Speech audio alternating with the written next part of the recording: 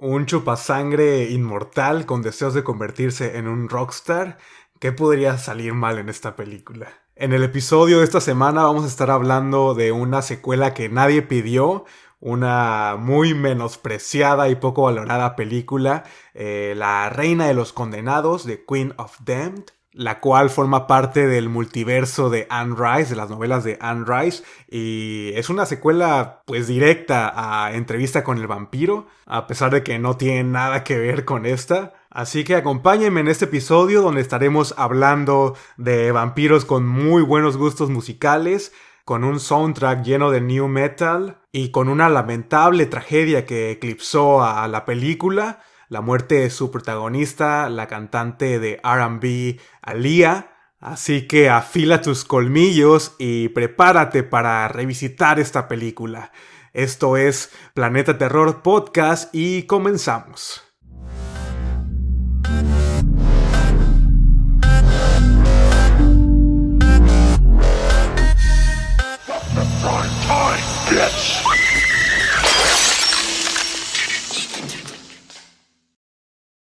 Bienvenidos nuevamente a un episodio más de este podcast dedicado al cine de terror, al cine de género, y donde hablo de películas buenas, malas, regulares y pésimas. Hay de todo en este podcast. Y como siempre, me gusta aclarar que no soy ningún crítico de cine, así que no se esperen una reseña especializada, punto por punto, utilizando un lenguaje profesional.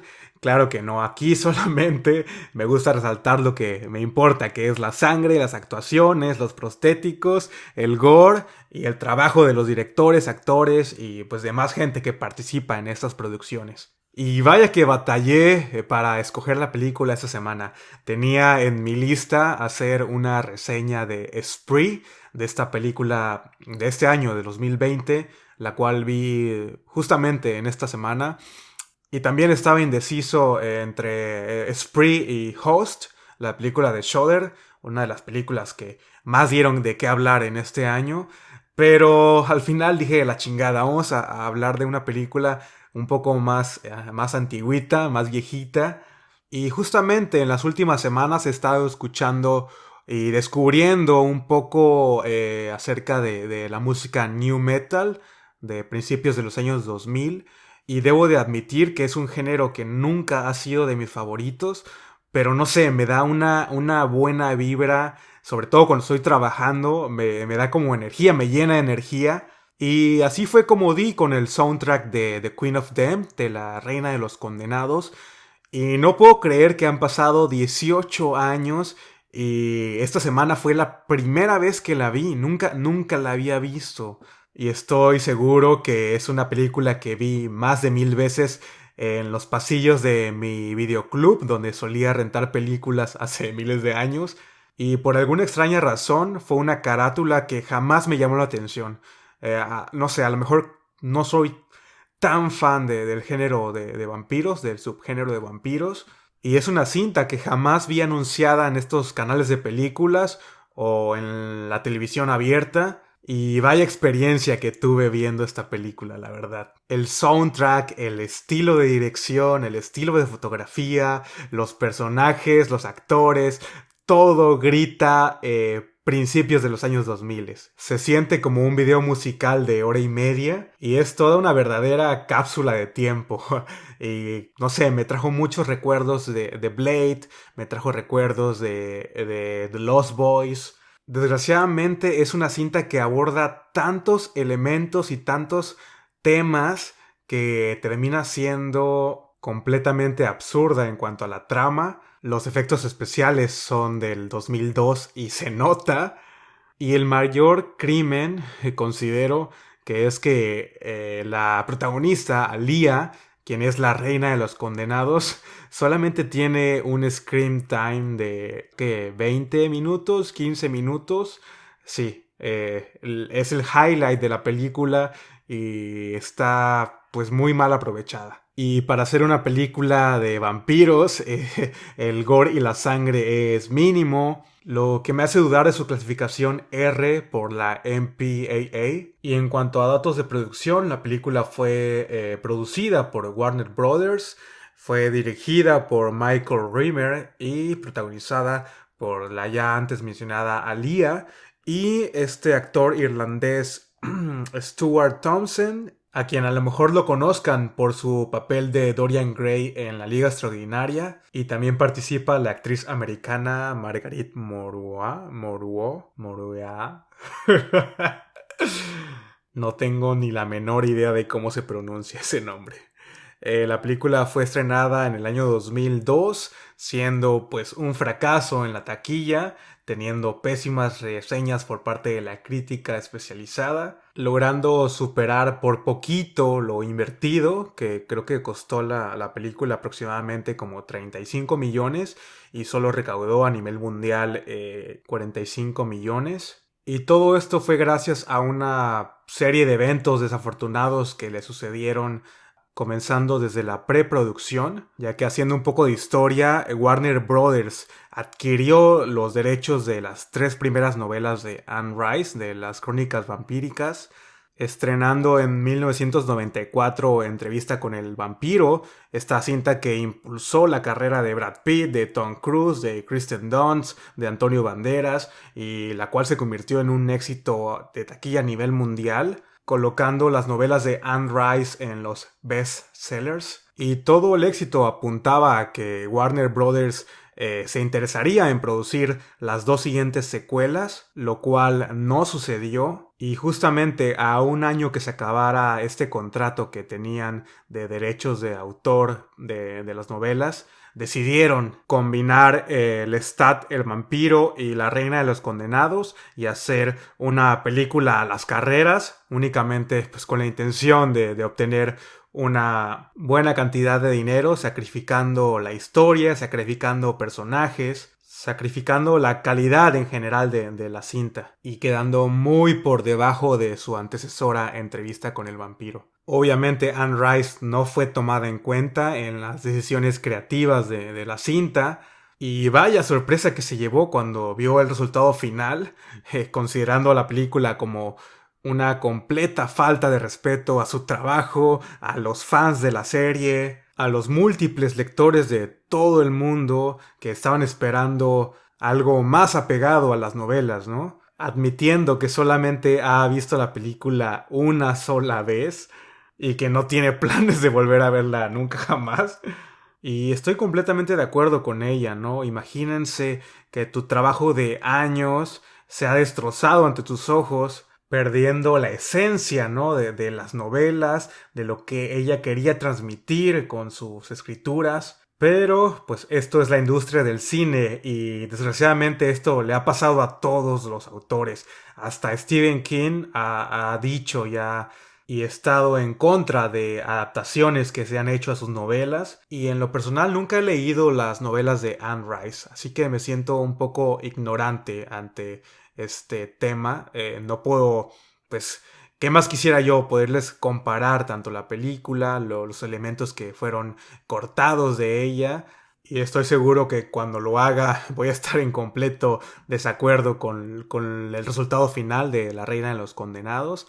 Pero bueno, hasta este momento solo he visto la cinta, solo he visto la película, y de eso estoy basando mi opinión en este episodio. Solo puedo comentar que fueron eliminados bastantes personajes que tenían gran importancia tanto en la novela de Lestat, el vampiro, y La Reina de los Condenados. Personajes que fueron omitidos en la película, pero considerando que juntaron 2 novelas en 1 hora 40 minutos, pues sí, era algo imposible de hacer. O sea, entiendo que no se podía hacer más. Y bueno, así en grandes rasgos, la cinta se centra en Lestat, que es este vampiro inmortal que desde su vida de vampiro ha mostrado una rebeldía ante las reglas impuestas de vivir en anonimato, no sobresalir de la multitud, y estas necesidades y deseos desmesurados de ser alguien conocido. Y mientras se despierta de un centenario sueño justamente a principios de los años 2000, se da cuenta que la mejor manera de ser famoso es siendo una estrella de rock, una estrella de MTV. Y durante la 1 hora y media que dura la película, vamos acompañando a Lestat en su camino al estrellato, provocando envidias y deseos de muerte por sus propios hermanos vampiros. Y Akasha, la reina de los condenados, ante tal noticia despierta con una sola cosa en mente: convertir a Lestat en el futuro rey de los condenados. ¿Y qué sería de una película vampiresca sin un interés amoroso? Jessie, una joven investigadora, se obsesiona con Lestat, haciendo hasta lo imposible para que éste le clave sus colmillos. Lestat es interpretado por Stuart Townsend, quien aceptó el papel principal al ser despedido de la película El Señor de los Anillos, donde iba a interpretar a Aragorn. Para el papel de Akasha fue considerada una gran lista de actrices famosas en ese tiempo, como Halle Berry y Vivica A. Fox, papel que al final fue de la cantante Aaliyah, quien desgraciadamente falleció en la postproducción de la película. Esta fue la segunda ocasión en la que actuó como protagonista en una cinta. Y para quienes no recuerden, el nombre de Aaliyah fue bastante sonado durante finales de los 90, principios de los años 2000. Su carrera musical estaba en la cima, siendo una artista nominada al Grammy y comenzando una carrera actoral pues bastante exitosa también. Y qué lamentable tragedia lo que le sucedió después de morir en un accidente de avión, de avioneta, donde no solo falleció la cantante, sino también las 8 personas que estaban a bordo de esta avioneta, que creo que estaba sobrecargada y fue una de las principales causas. Aparte de que la autopsia hecha al piloto de la avioneta reveló que había hecho uso de sustancias alcohólicas y cocaína justo antes de morir. Así que hay muchos misterios alrededor de la muerte de esta cantante, cuyo legado, canciones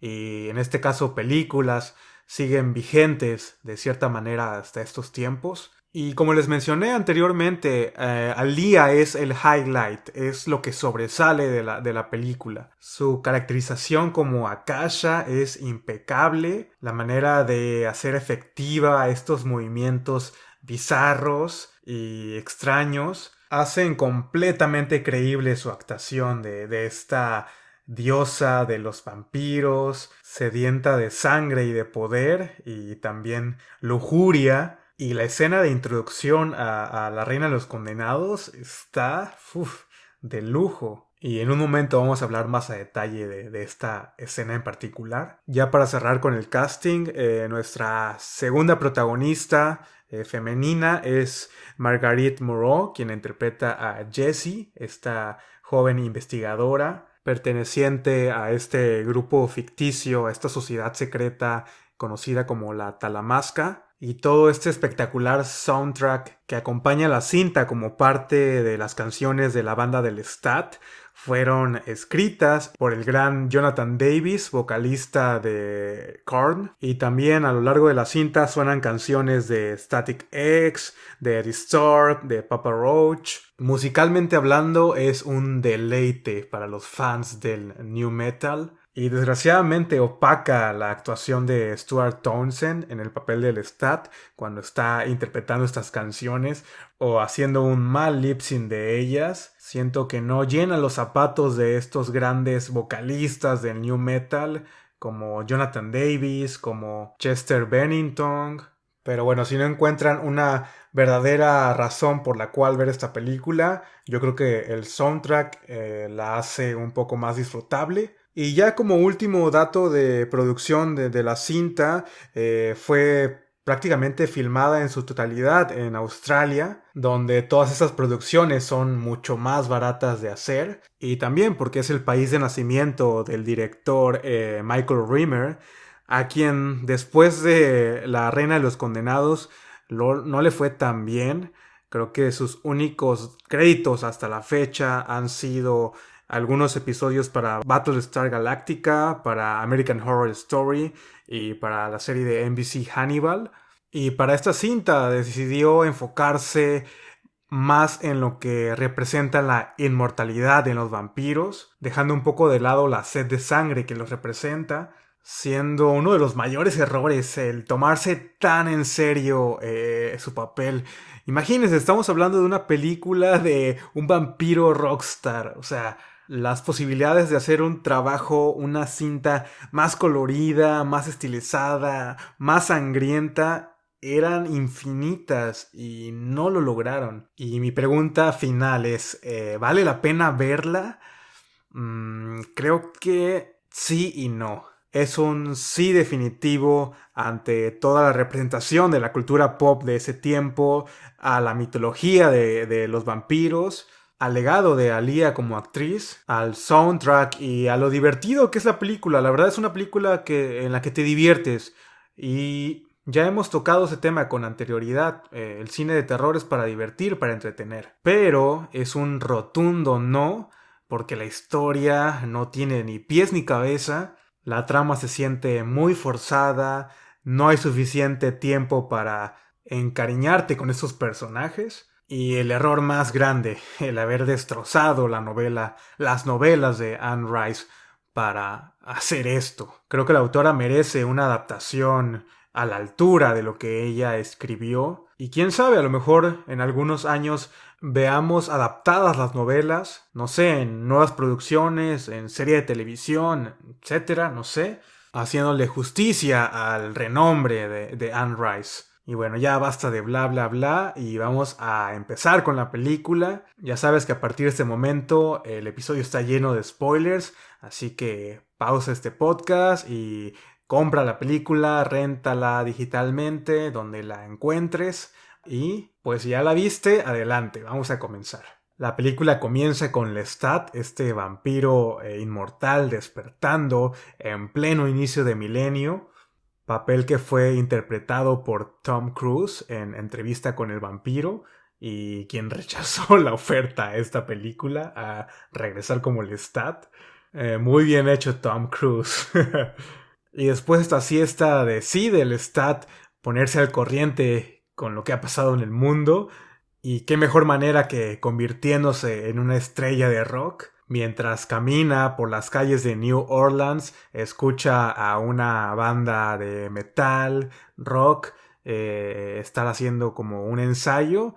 Entra e interrumpe este ensayo y les ofrece a estos chicos la oportunidad de ser famosos a nivel mundial. Oferta que obviamente aprovechan y llevan al Lestat y a la banda al éxito internacional, teniendo como un objetivo final ante todo este proceso de fama y fortuna y de esta vida de rockstar, presentar su primer y único concierto en vivo en Death Valley, en California, lo cual genera todo tipo de publicidad sensacionalista y llegando a los oídos de sus hermanos vampiros, quienes por regla deben de permanecer bajo un anonimato, pasar desapercibidos ante la sociedad, y quienes, por obvias razones, al enterarse del concierto, pues su única intención es ir a matarlo. Y todos esos primeros minutos de la película es el reflejo a la vida rockstar, ¿no? Portadas del Rolling Stone, conferencias de prensa, videos musicales, Lestat comiéndose a dos groupies por noche, toda esa vida de excesos y de lujos que ya quisiéramos nosotros como simples mortales poder vivir. Y una de las principales irregularidades del personaje de Lestat es que no le crees el papel de rockstar. Físicamente tiene todo el porte de un vampiro, pero la arruinaron con las capas de pintura blanca que abundan en su rostro. Su actuación en alguna de las pocas escenas donde demuestra esta sed de sangre son poco convincentes. Y no digo que sea un mal actor, simplemente le hace falta ese algo, ese toque especial, esa arrogancia, ese sentimiento y deseo por todo lo que se mueve, esa sed de lujuria y de sangre que representa a Lestat, haciendo bastante olvidable el personaje al final de la cinta. Y por otra parte, Jessie, esta joven investigadora del Instituto de Talamanca, al escuchar las letras de las canciones de la banda del Lestat, deduce que él es un vampiro real y expone su caso ante esta sociedad secreta. los cuales ya están conscientes de la veracidad de Lestat. Y David, uno de los mentores de Jesse y líderes de esta sociedad, le hace llegar a Jesse un diario escrito por Lestat, donde explica diferentes acontecimientos de su vida, y a manera de flashback conocemos a Marius, quien es como su padre, entre comillas, el que convirtió a Lestat en vampiro. Y cómo es que este va siendo como un mentor en la vida, en la nueva vida vampiresca, aprendiendo las reglas que Lestat debe de seguir, recalcando que los vampiros deben de permanecer en el anonimato, y cómo es que debe de controlar sus impulsos y nunca beber la última gota de sus víctimas. Y también vemos subtonos homoeróticos entre ambos, ya que Lestat demuestra un mayor interés por las chicas mortales, lo cual pone celoso a Marius. Y no olvidemos que en Entrevista con el vampiro, en la encarnación que hizo Tom Cruise en este mismo personaje, hay subtonos de bisexualidad, de queerness, y aquí se ve un poco plasmada en la relación entre Marius y Lestat. Lestat también tiene un gran interés por la música, y una de sus primeras víctimas es una chica que toca magníficamente el violín, y se supone que al chupar la sangre de una persona, el vampiro adquiere los conocimientos de estos, y en este caso, pues ahora Lestat es un violinista profesional, y esa bella música hacen despertar a Akasha, quien se encuentra en una forma de estatua dentro de la misma casa en la que viven ellos. Lestat sigue el sonido de la estatua, la encuentra en un escondite secreto y bebe la sangre de Akasha, adquiriendo estos conocimientos milenarios, esta sed de poder y rebeldía que la caracterizaron durante su reinado. Marius se da cuenta de lo sucedido y desaparece de la vida de Lestat, llevándose consigo también la estatua de Akasha. Y todo este gran interés que mantiene Jesse por Lestat tienen que ver, ¿no?, con su pasado, con estos sueños que continúa teniendo, estas pesadillas sobre su infancia, su niñez, con su tía, quien está llorando lágrimas de sangre y está como muy angustiada. Y obviamente el espectador deduce que es una vampira, y sí, lo es. La tía, no Jesse. Y bueno, pero todo esto encamina a que Jesse va a ser el interés amoroso de Lestat, y así pasa. Jesse deduce uno de los lugares donde puede encontrar a Lestat por medio de una de las letras de las canciones de la banda, y asiste a este club clandestino donde la clientela son únicamente vampiros, representados por una moda muy principios de los 2000, pantalones de cuero, cabellos de colores, ojos delineados y en general un estilo que me gustaría poder rockear, pero siento que no me queda. Y dentro del club se dan cuenta que es una simple mortal, y tres sujetos empiezan a acosarla y a querérsela comer. Y Lestat llega obviamente a su rescate, salvándola de estos tres vampiros. Jesse le regresa su diario y se le insinúa a diestra y siniestra. Y esto es el inicio de la relación amorosa entre ambos. Y fíjense que de esta actriz, de Margaret Moreau, no he visto nada más que esta película. Creo que quedé un poco intrigado con su personaje y con su aspecto físico. Es como una belleza como bastante exótica, pero actoralmente hablando esta relación se siente muy fingida. Desconozco la edad que se supone que debe tener el personaje, pero pues sí se siente como un poco increíble que siendo tan joven forme parte de este instituto como la Talamasca, donde la mayoría de sus miembros son gente mayores de edad. Y si se supone que tienen un pasado con los vampiros, ¿por qué está luchando en contra de ellos? Es lo que no entiendo. Pero bueno, a lo mejor tendría que leer la novela para poder saber más a fondo de la historia de este personaje. Pero en esta película pues está por todos lados, no se explica nada. Solo es como un capricho del personaje de, ok, yo quiero encontrar al Lestat y quiero ser vampira y nada más, ¿no? Ninguna otra intención. Y continuando con la cinta, en Los Ángeles, ya próximo al concierto, a este gran concierto que se va a llevar a cabo en Death Valley, Marius reaparece y le explica al Lestat que sus hermanos vampiros están en contra de él y van a aprovechar esta oportunidad, este concierto, para atacarlo. Y como si eso no fuera suficiente, también le comenta que Akasha ha despertado, matando de una vez por todas al rey, y quien tiene en mente encontrar al Lestat. Y al parecer al Lestat esto no le interesa, no le importa, porque forma parte del plan que tiene. Y hasta este momento de la película se ha sentido como una comedia romántica con muy malas actuaciones por parte de estos personajes. Nos olvidamos completamente de los que forman parte de la banda del Lestat. No vuelven a aparecer nunca más que en la escena del concierto. Y lo único interesante que conocemos del Lestat es que cada noche cita a dos chicas, a dos groupies, a dos fans, quienes terminan siendo devoradas por él en uno de los peores efectos especiales de la historia. Estos movimientos utilizando como cámara lenta y estos sets que rotan los 360 grados dejan bastante que desear, y cuando por fin va a clavar en los colmillos a estas chicas no vemos ni una gota de sangre. Pero ¿qué creen? Va a empezar a ponerse interesante la cosa con la escena de introducción a Akasha. Una vez que despierta y lo primero que hace es dirigirse a este club clandestino, ya que su gran olfato revela que Lestat ha estado en ese lugar anteriormente.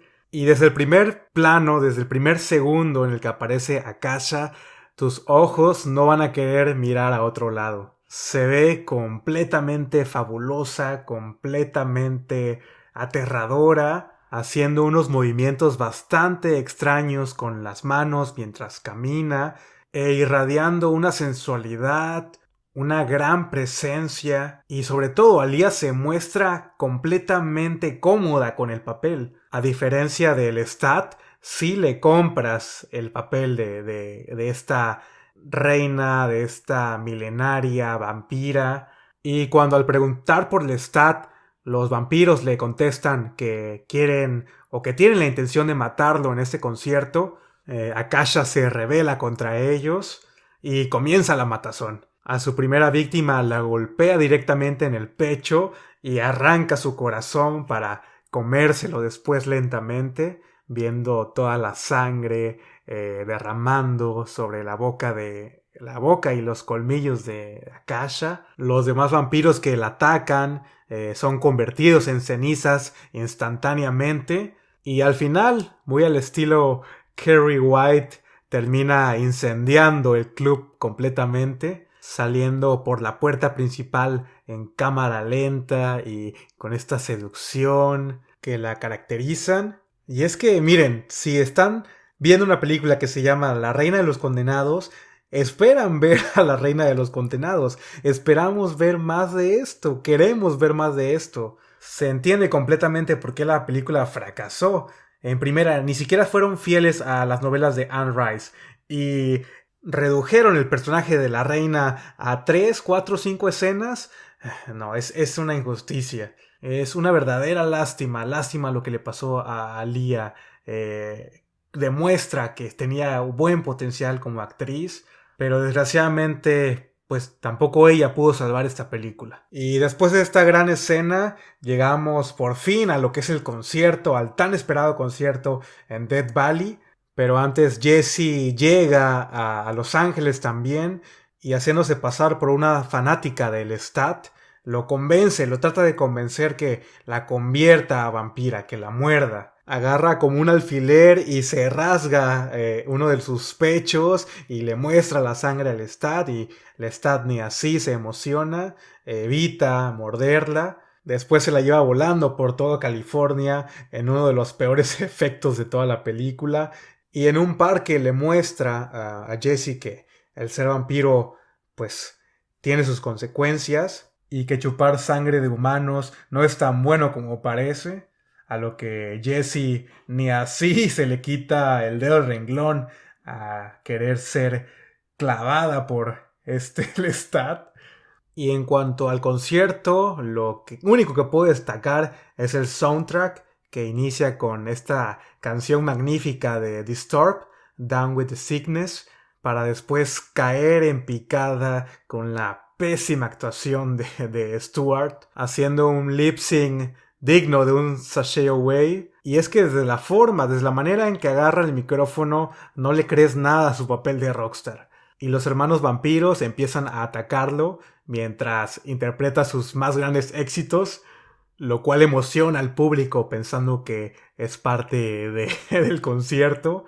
Y aquí también los efectos de cámara rápida y cámara lenta que utilizan para los movimientos de estos vampiros está bastante anticuados. Marcus se une a este combate, mientras que Jesse no alcanzó pulsera VIP y se encuentra del lado de los groupies. Y cuando Marcus y Lestat no se dan abasto para atacar a esos vampiros, pues es momento de hacer su entrada triunfal y vemos a Akasha interpretando también sus grandes éxitos.